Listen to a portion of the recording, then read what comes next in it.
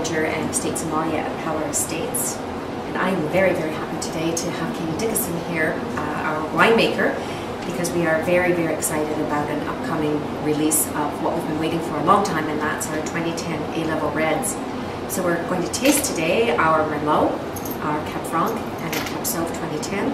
And just going to fire a lot of questions at Katie and hope that you can get as excited about these wines as we are. Yes, definitely.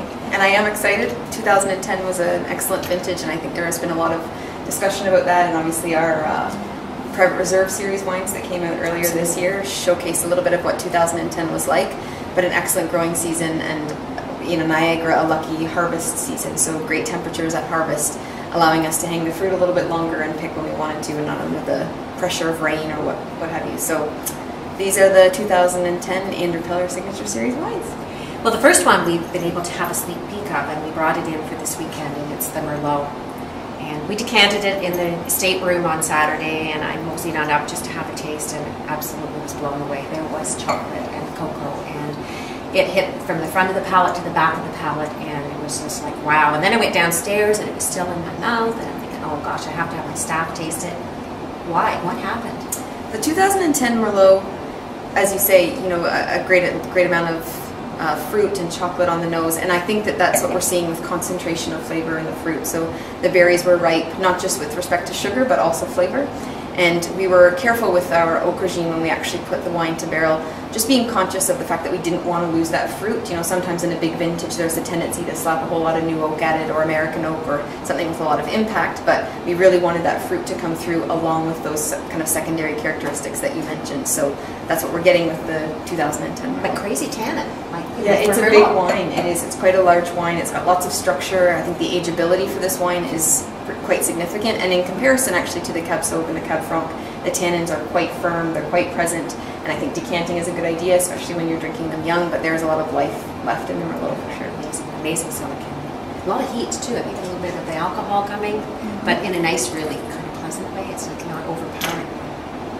Wow. So now we're going to move on to our Andrew Peller Signature Series Cabernet Franc, and then the Cab Sauv. Now we don't have these to take, but we have a few, so people can kind of have their palate a little teased. I love Cab Franc, and I really believe it is the signature grape in Niagara. And I really would love to tell me why this one is just blowing me away. I think the 2010 Cab Franc is excellent example of varietal ripe Niagara Cab Franc. It definitely has dark fruit on the palate and on the nose, but it still has some of that secondary underlying earthy characteristic, that tobacco, almost soil-driven intensity on the nose.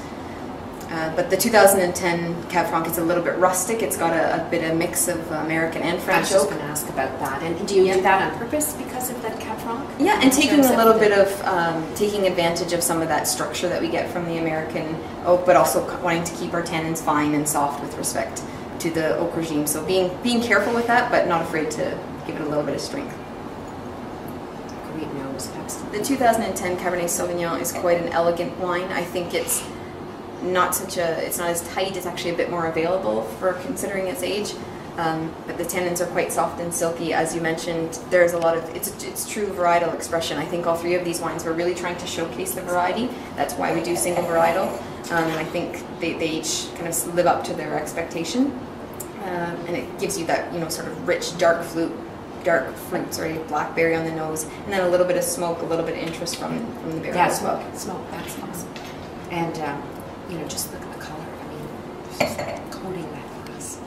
So cellarability, because I think people that are going to come to our estate room, these are going to purchase these and are going to want to purchase them in quantities that they can cellar. Sure. What's the ageability looking like? We do think about that, when we're choosing blends and making final barrel selections. That the 2010 Private Reserve Series, for example, those wines are maybe a bit richer, a bit more lush right up front. They've got a lot of available fruit. A slightly different Haut Regime, not as long an oak. And then the Signature Series, with that we're really looking for some life, some interest, and really focusing on texture. So although you may want to crack into every bottle today, I will, that's the problem, is I don't know if I'm going to have the willpower. If you do that, my suggestion would be certainly to decant, and don't be shy about it. Several hours is not too much.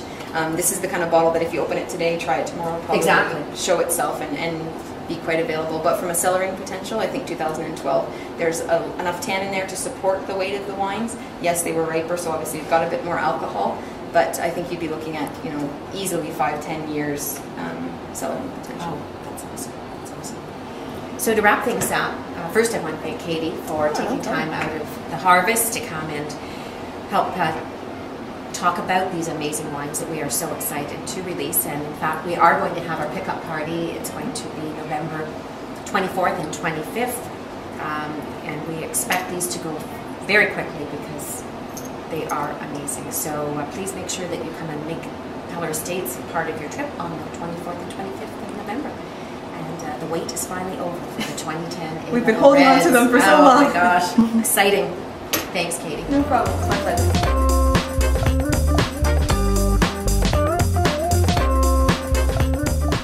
And myself, Katie, the winemaker here at Peller Estates.